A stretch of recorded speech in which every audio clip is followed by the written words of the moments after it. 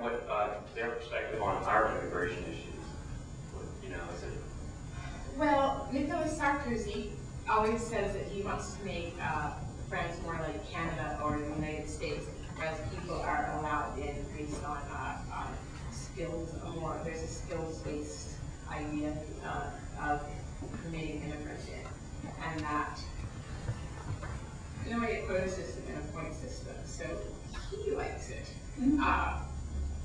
They know, despite the fact that French, despite saying anything good about America, that people are much better integrated in the United States, and they know. But it's a newer country, and it's a country that doesn't have a clear idea of what an American looks like, and they have a very clear idea of what they think the French person looks like. I think what I read about again and again, which was really shocking to me, is that in France you can stop anyone and ask for their identity papers, and so the French police just stop people who have dark skin.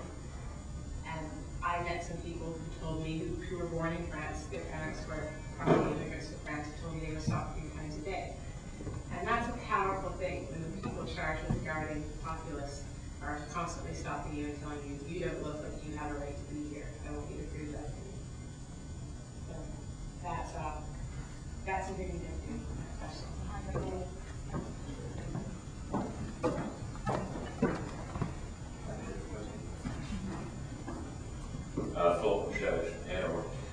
Did you look into the issue of affirmative action at all in schools?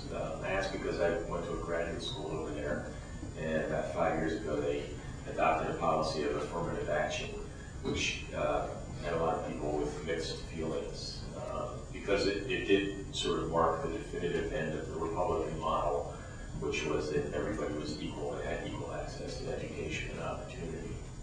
Was that Sciences Po? Yeah. That's the only one. Really.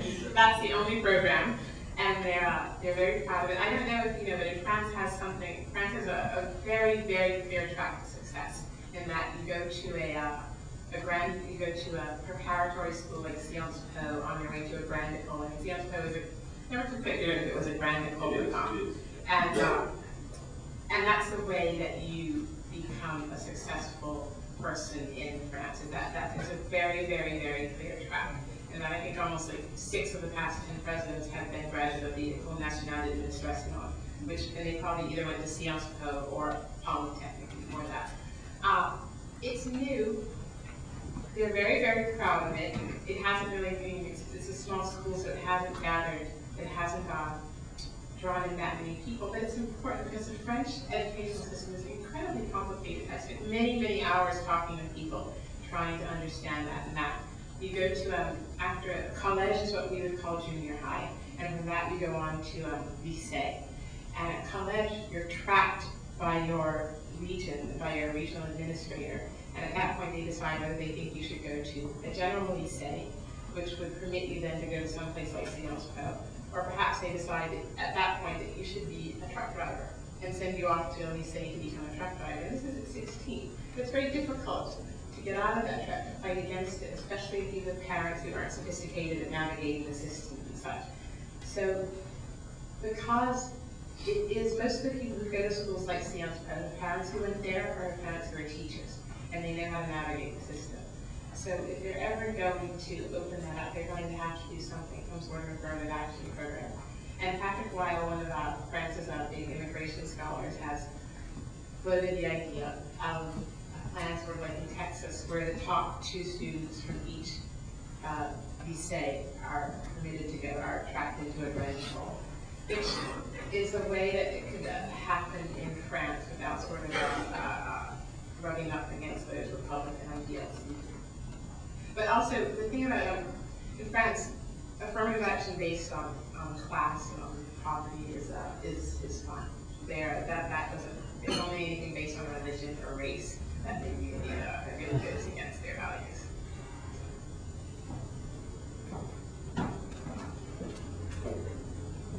Hi, I'm Pramila Jagpal, Executive Director of Hate Free Zone in Seattle, Washington.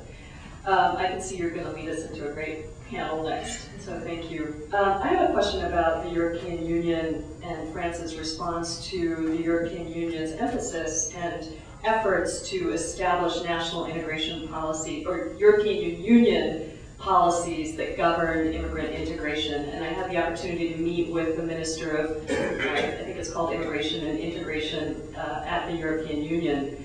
And one of the challenges that they're having is that different countries are in such different places on how they think about integration policies specifically.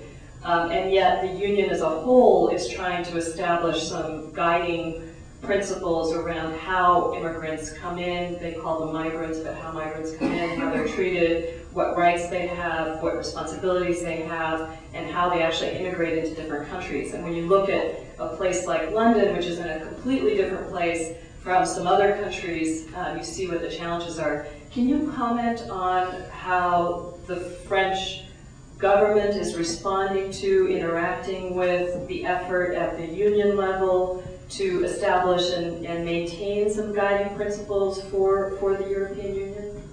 I have to say that's something that I'm not well versed in, except that I do know that most of the states are very, very, very resistant to anything that reaches that sort of order. But as you said, because if states have very different immigration policies, for example, in Sweden, you can come to Sweden and after 2 years you become a citizen, and then you have a right to really work in any country in the European Union. So that's what I'm doing next. I think I'm really interested in how the European Union is going to affect these questions in Western European countries. I haven't quite gotten to it yet. Sorry. John Spencer for fellow. Sarkozy didn't come to power with a reputation of being easy on immigrants, and I remember he was forceful. When you get it at the right way, that Le Pen's followers are growing. There's increased immigration, I think, is a transient figure. What do you see this leading to? Do you see this leading to some kind of, the immigrants don't see any political power? Do you see it in any continued social unrest? Where do you think it's going? No, I didn't actually hear the last part. You said what was Sarkozy's policies about? But I understand he didn't come to power with a pro-immigration policy, and I get the feeling that the Pen group are growing. So it seems to be getting closer and closer to a stalemate. What did you think? But the thing is that Sarkozy did have some supporters because he was one of the few people to talk about what they call it affirmative action. They call it positive discrimination. And to say that